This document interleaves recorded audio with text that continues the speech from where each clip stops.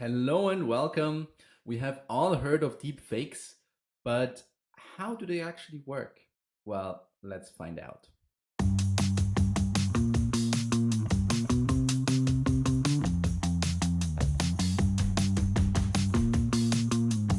So we all know what deep fakes are, right? Deep fakes are deep learning models that try to fake that somebody else is talking to you or somebody else is in a video than they actually are. And we have seen a lot of examples where famous politicians are saying things that they never said, and famous actors are saying things that they would never say, because deep fakes are really tools and the software to fake somebody else, to fake that somebody else said something.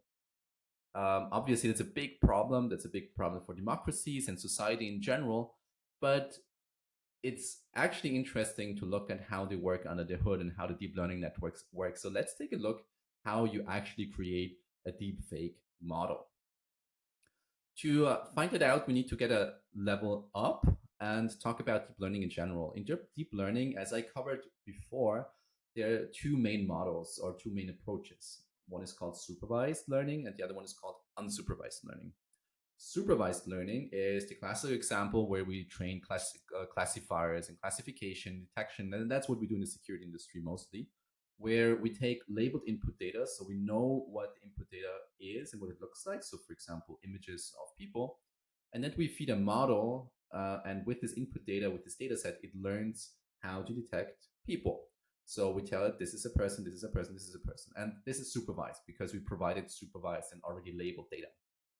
On the other hand, we have the unsupervised learning problem, which is much harder because it tries to find patterns in the data by itself without knowing what patterns it's looking for. So it's really unsupervised. We just tell it, hey, figure it out by yourself.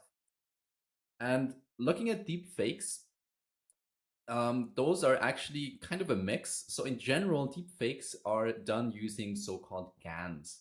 GANs stand for generative adversarial networks.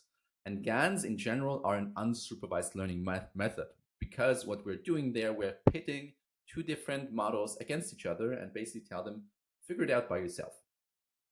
It's a little bit like, well, it's coming from game theory, actually. That's why we also call it adversarial, because we just tell both of them, okay, you compete with each other, and that's where the adversarial comes from. It's really from game theory.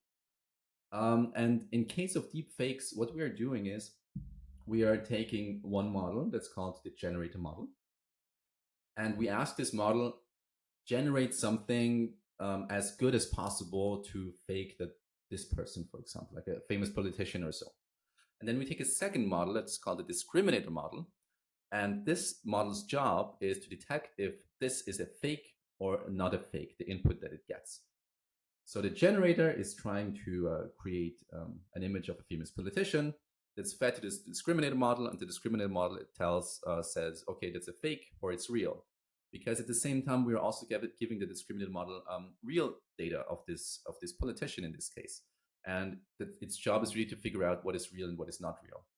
And when it says it's fake, and this information is going back to the generator model, and the generator model updates its model. And that's where the mix comes in between unsupervised and supervised, because the whole system is unsupervised.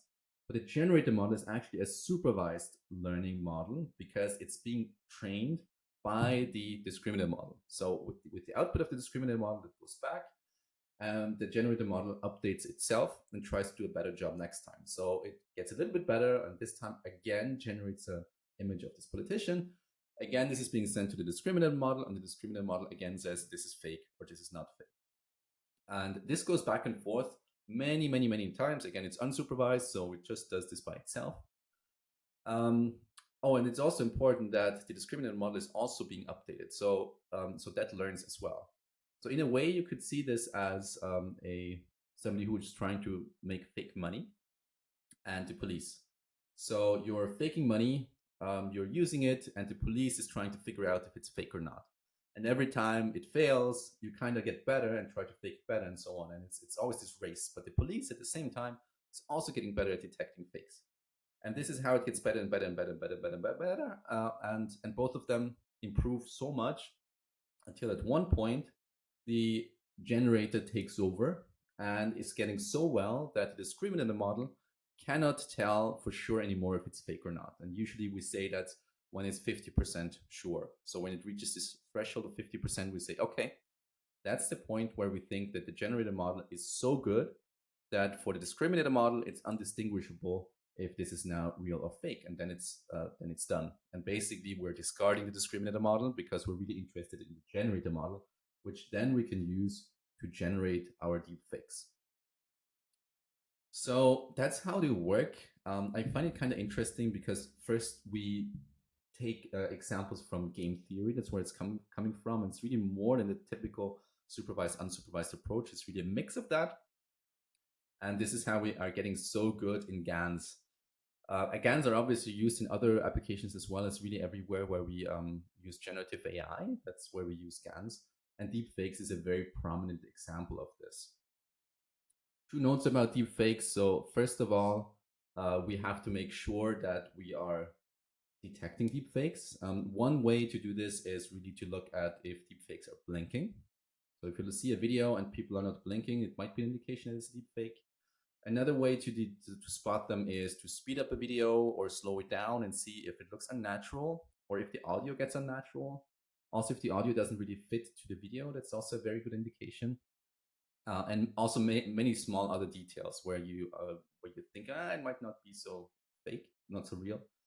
One trick also, if you have video conferencing and you're not sure, just ask people to look to the side. Because most deepfake models are not trained on side faces, only on frontal faces. So this is a good way to detect. And if suddenly the face is blinking, it's a very good indication that this is a deepfake. So ask people to turn on their sides.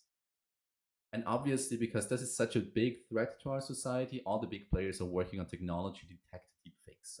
Google, Meta, all the other big ones.